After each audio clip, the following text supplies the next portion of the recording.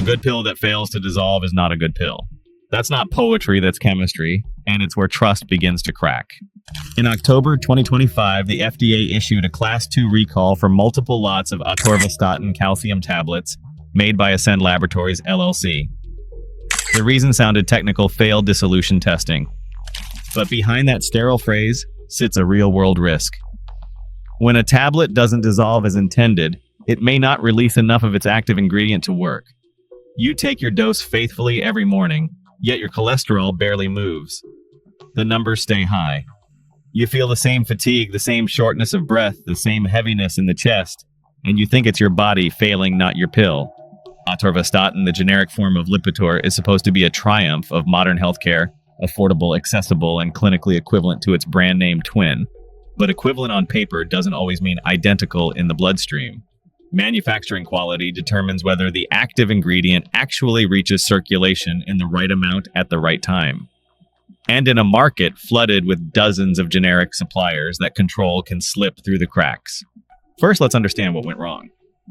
During quality testing, Ascend's tablets took longer than acceptable to disintegrate in lab conditions that mimic the human stomach. The coating or binder likely resisted moisture or broke unevenly. When that happens, a pill can survive the digestive tract only partially dissolved, passing through like a tiny stone that never delivers its medicine. More precisely, the risk is not immediate toxicity, but silent inefficacy. Patients continue swallowing what looks and feels like the right treatment, unaware that absorption has quietly dropped below therapeutic levels. From there, the domino effect begins. Your cholesterol check 3 months later looks disappointing. The doctor assumes resistance, not recall. The dose rises. Maybe another medication joins the mix. Side effects multiply. You pay more, worry more, and still wonder why your heart feels tired. All the while, the real issue lies in a microscopic flaw of formulation, a failure that most consumers will never see or even hear about. As a safeguard, pharmacists recommend a quick but crucial habit: read the fine print on your bottle's label. The manufacturer's name, often printed near the National Drug Code, tells you who made your medication. If it says Ascend Laboratories LLC, cross-check your lot number with the FDA's recall database or ask your pharmacy for confirmation. Not every batch is affected, but vigilance costs nothing and may protect your treatment. Beyond this single case lies a larger truth about America's generic drug system. Many manufacturers outsource production to overseas facilities where quality control can vary from plant to plant. Environmental humidity, powder, granule size, compression pressure, every minor detail can change how a tablet dissolves. And because generics compete mainly on price, the pressure to cut costs can erode consistency faster than regulators can respond. It's easy to forget that chemistry depends on precision, not promises. One misplaced decimal in coating thickness or drying time can turn a powerful therapy into a placebo. Yet these mistakes rarely make headlines. They appear only in brief recall notices buried deep within the FDA's database, the quiet paper trail of broken trust. In the end, protecting your heart doesn't stop at taking your medication. It begins with knowing what's in the bottle, who made it, and whether that pill was crafted with care or complacency. Ask, check, verify, because even a small white tablet can lose its power when it forgets how to dissolve. And when trust melts away, vigilance becomes the strongest medicine you have. For many older Americans, especially those past 55, increasing to the highest dose of Zocor-Simvastatin 80 milligrams can feel like taking control of their health. More medicine, more protection. Yet in this case, more often means more risk. Over a decade ago, the Food and Drug Administration warned doctors not to start new patients on this dose. The reason was simple and sobering: the chance of muscle injury and fatigue soared far above safer levels. Those side effects might start as stiffness in the calves or weakness climbing stairs. But if ignored, they can lead to dangerous muscle breakdown that strains the kidneys and robs the body of strength. However, dose matters more than most people realize. In clinical reviews, patients taking the 80 milligram dose had dozens of times more muscle problems than those on the standard 40 milligram strength. The extra cholesterol reduction looked small, just a few percentage points, yet the harm grew many times greater. That small margin of extra help came with a cost few could afford. Crucially, the danger multiplies with age and combination therapy. Many seniors already take medication for blood pressure, diabetes, or heart rhythm control. When these drugs mix with high-dose simvastatin, the body can't clear the medicine quickly enough. The drug builds up muscle fibers, weaken, and the soreness that starts as an ache may turn into days of immobility. The body becomes collateral damage in a fight meant to protect the heart. In labeling terms, the rule is firm, but often forgotten patients who have taken 80 milligrams for more than a year without problems may continue, but no one new should ever begin at that level. Doctors are urged to start low and rise slowly, watching for fatigue cramps or any sign of muscle stress along the way. When combined with certain prescriptions, particularly some antibiotics, heart medicines, or cholesterol drugs like gemfibrozil, the effect compounds further. The liver struggles to process them all at once, allowing simvastatin levels to climb. For older bodies that can tip the balance from healing to harm. Pharmacists often spot the warning first, catching the risky pairing before it reaches the patient's hand. Therefore, what begins as an act of determination, let's get this number down once and for all, can turn into a lesson in caution. A retiree proud to take control doubles their pill strength and soon finds each step heavier. The lab test confirms high muscle enzymes, and the doctor finally traces it back to the dosage itself. The medication was working on paper, but wearing down the person taking it. In the end, the best medicine is not always the strongest one. For most people, especially those managing several prescriptions, the safest choice is often the steady one, not the bold leap upward. Lower, slower, and safer beats bravado in milligrams. If you or someone you love is on 80 milligrams of simvastatin, take a moment to ask, is it still necessary, and is it still safe? Sometimes the gentlest path is the one that keeps your heart and your life truly strong. What feels like doubling your defense can quietly turn into surrender. For years, many heart patients believed that if one pill helped lower cholesterol, adding another could only make things better. Two helpers, one mission: keep the arteries clear. But in medicine, even allies can collide. Meanwhile, behind the label and the promise, these drugs don't always cooperate inside the body.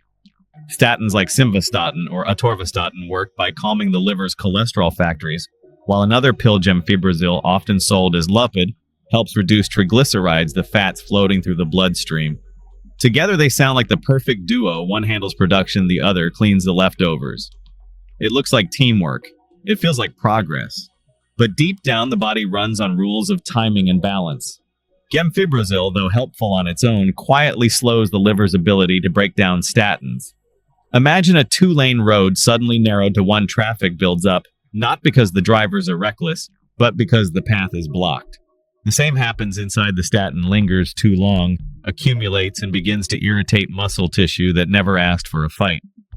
What should protect the heart starts wearing down the body that carries it. In real life, it doesn't begin dramatically. The early signs are small sore thighs after a short walk, or calves that feel heavy after a flight of stairs. Most people blame age or fatigue. They stretch, rest, and push through it. A few days later, the pain sharpens. Lifting a grocery bag hurts. Turning over in bed feels like dragging sandbags.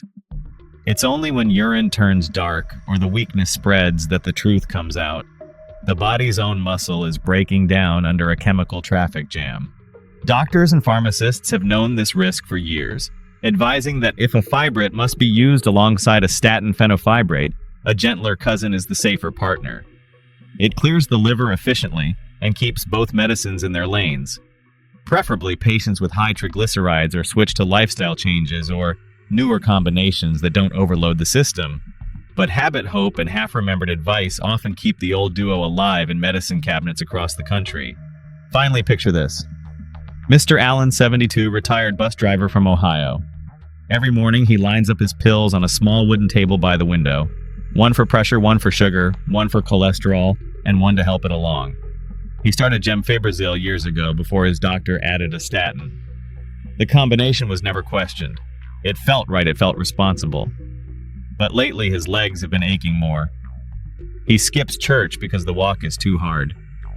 His daughter notices his hands trembling as he lifts his coffee. When the tests come back, his doctor tells him gently it wasn't age. It was chemistry. There's a bitter truth in that realization. Mr. Allen wanted to protect his heart, not punish his muscles. Yet no one ever told him that in the world of medicine, more help can sometimes mean more harm. And he's not alone.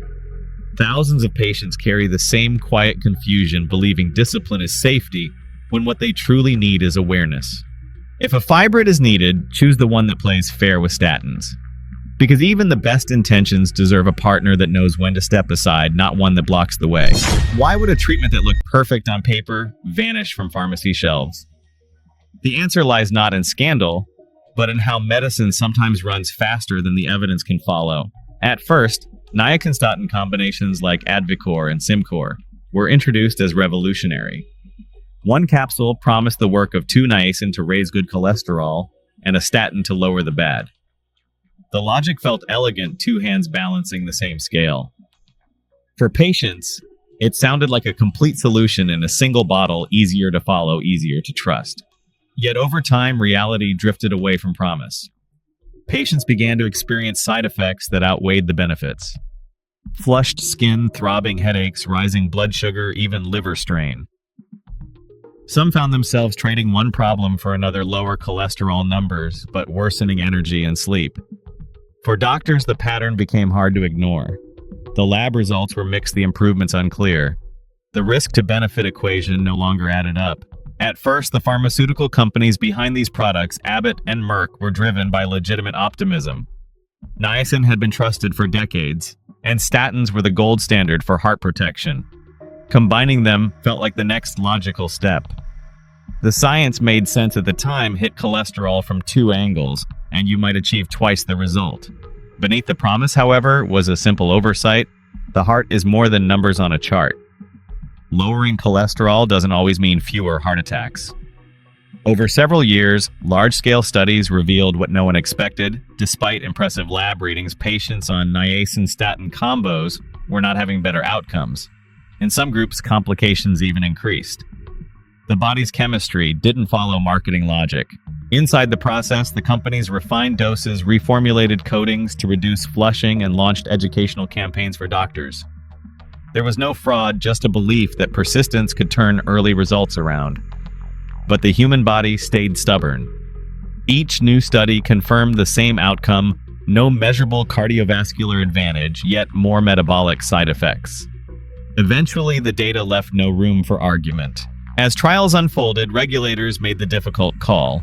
In 2016, the Food and Drug Administration withdrew approval for these dual-action drugs. Pharmacies began phasing them out quietly. Doctors were advised to stop new prescriptions. For many patients, it felt abrupt: one refill missing, one long-trusted label suddenly gone. But behind that silence was a lesson in humility. Science corrects itself even when it hurts to admit. In the end, the story of niacin-statin combinations isn't one of greed, but of pace, of how good science can still move too quickly when demand and hope run ahead of patience. The companies weren't wrong to try. They were simply early in a race that needed more time to prove safety and purpose. Today, cardiologists rarely combine niacin with statins. The focus has shifted to precision therapy treatments tested not only for cholesterol reduction, but for tangible life extension. Yet the memory of those orange bottles still lingers in medicine cabinets, a quiet reminder that progress without proof is just another experiment waiting to be undone. When proof walked away, the honest choice was to follow it, not to fight it. Because the real strength of medicine lies not in holding on, but in knowing when to let go. Every morning, Mr. Hayes pours a glass of water, swallows his tiny white pill, and thanks science for keeping him alive. He's 70, steady and disciplined. He takes his walks, avoids fried food, and trusts that his medicine crester guards his heart. What he doesn't know is that each dose taken faithfully is quietly asking too much of another organ. To begin, Crestor, or rosuvastatin, is one of the most powerful cholesterol-lowering drugs ever developed. Doctors favor it for its strength. Even small doses can drive LDL cholesterol down sharply. But potency has a price. The same durability that keeps it working longer in the bloodstream also means it lingers, and for kidneys already under stress from age or diabetes, that slow persistence can become a burden. Notably, the kidneys act as the body's filters, rinsing out everything the liver finishes processing, including leftover statin molecules. When the filters grow thin or tired, waste that should pass through begins to build up instead. Over time, that quiet overload irritates delicate tissues. patients may notice swelling in the ankles, back stiffness, or exhaustion they can't quite explain. Most chalk it up to getting older. But in the lab, the story shows up early traces of protein in the urine. A slight rise in creatinine subtle signals that the filter is fighting harder than it should. By contrast, a lower dose often achieves the same heart protection without that hidden strain. It's not that Crestor is unsafe.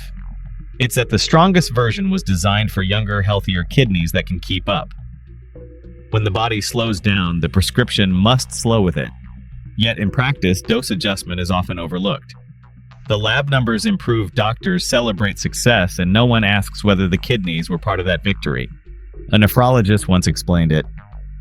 Simply taking a high-dose statin with weak kidneys is like turning up the volume on a radio when the speaker is already cracking. The signal gets louder, but the damage grows. That's the quiet paradox of power. What saves one organ can strain another. Crestor's high-dose form, 20 or 40 milligrams, can be life-saving for some, but unnecessary and risky for others who only need half that strength to reach the same result.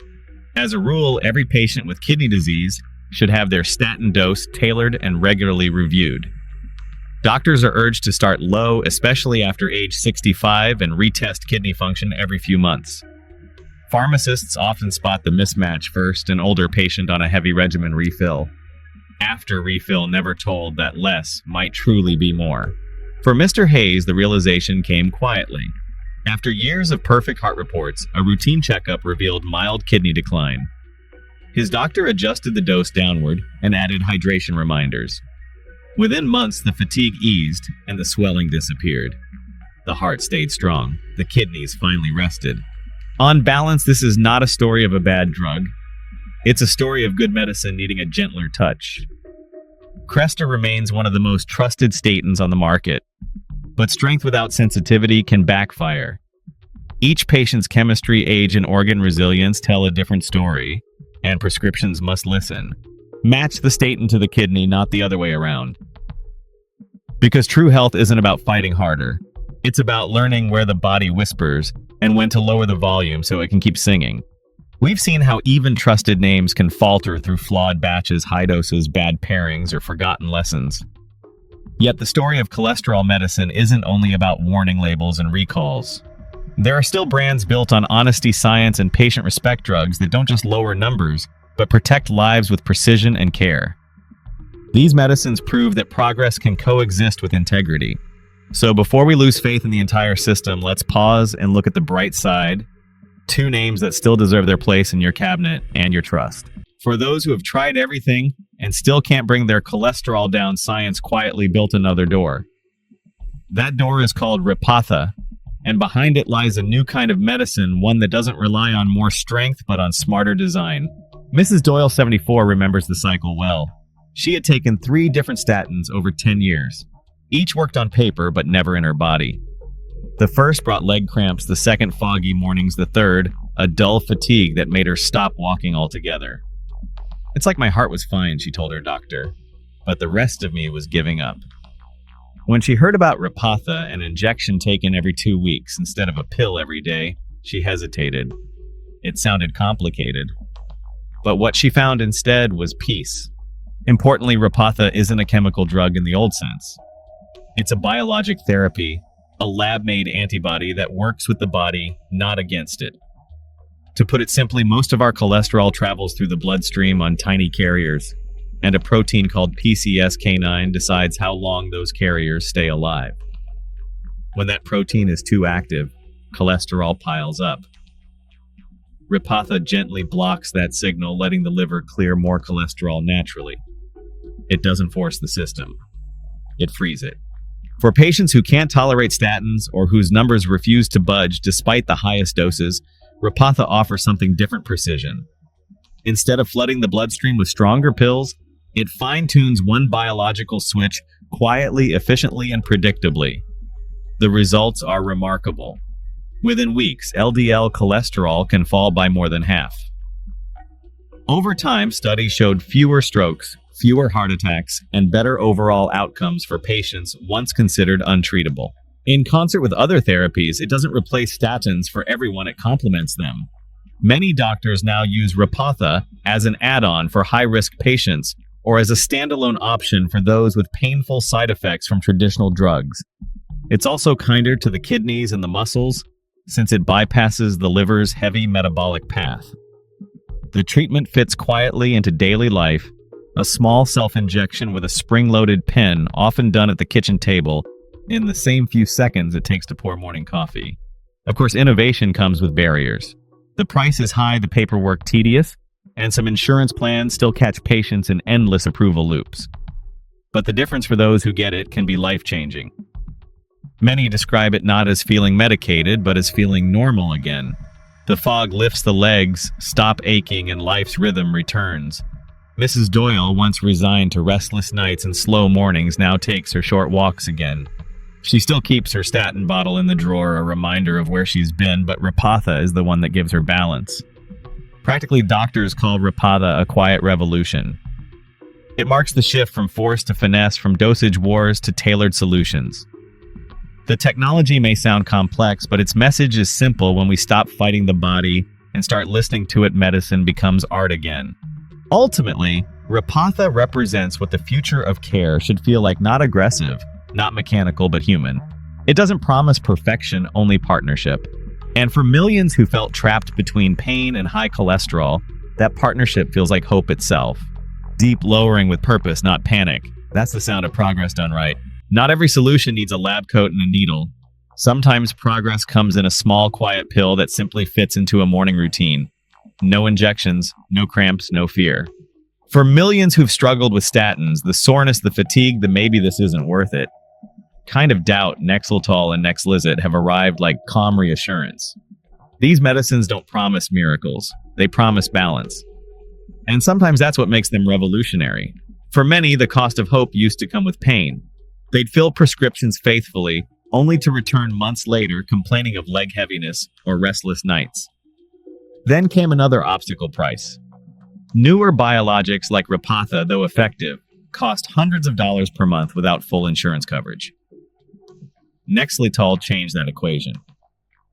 As an oral tablet, it entered the market at roughly $150 to $200 monthly, still not cheap, but less than half the cost of injectables. With insurance or assistance programs, many patients now pay between $20 and $50, a figure that finally feels human. By design, Nexletol bempedoic acid works upstream of statins in the liver, not in the muscles. That one distinction makes all the difference. The active compound stays dormant in muscle tissue, activating only where it's needed, allowing patients to avoid the muscle soreness that once drove them to quit. Its combination partner Nexlizet pairs bempedoic acid with ezetimibe, another well-known cholesterol-lowering ingredient. Together, they create a balanced double act. One stops cholesterol production, the other blocks absorption. Two mechanisms, one pill, quiet chemistry that doesn't shout inside the body. In effect, results have been steady and measurable. In large studies, LDL cholesterol fell by about 1/4 on average. More importantly, follow-up data in 2023 confirmed fewer cardiac events among those who couldn't take statins at all. Doctors describe it as a middle ground, not a miracle, but a real bridge for real people. It brings science back to where it belongs, serving patients who live ordinary lives on ordinary budgets. Thankfully, feedback from patients has echoed that tone of calm relief. In consumer surveys and pharmacy follow-ups, the most common words were manageable, consistent, and finally. Many describe waking up without the familiar muscle ache or walking without stiffness after years of discomfort. One 69-year-old patient wrote, "It doesn't make me feel like I'm fighting my medicine. It just quietly works." Another added, "I can afford it, I can tolerate it, and my numbers look better than they have in years." Doctors, too, have found comfort in its predictability. No need for complex injection schedules or refrigeration, just one pill once a day. For older patients managing multiple prescriptions, simplicity isn't convenience, it's adherence, and adherence saves lives. Today, Nexletol and its combination version Nexlizet occupy a rare space in modern medicine, a compromise that doesn't feel like settling. Affordable enough to reach average households, gentle enough to stay in daily use, and strong enough to matter where it counts. The journey from fear to confidence doesn't always end with high technology or brand new molecules. Sometimes it ends with a quiet realization that medicine works best when it listens. The answer wasn't stronger medicine, it was smarter kindness. In the end, medicine is only part of the story. What truly matters is how we choose and how closely we listen. The body is not silent. It whispers through fatigue, tension, relief, and calm. When we ignore those voices, even the best medicine can become the wrong one. But when we pay attention, even a simple pill can become healing.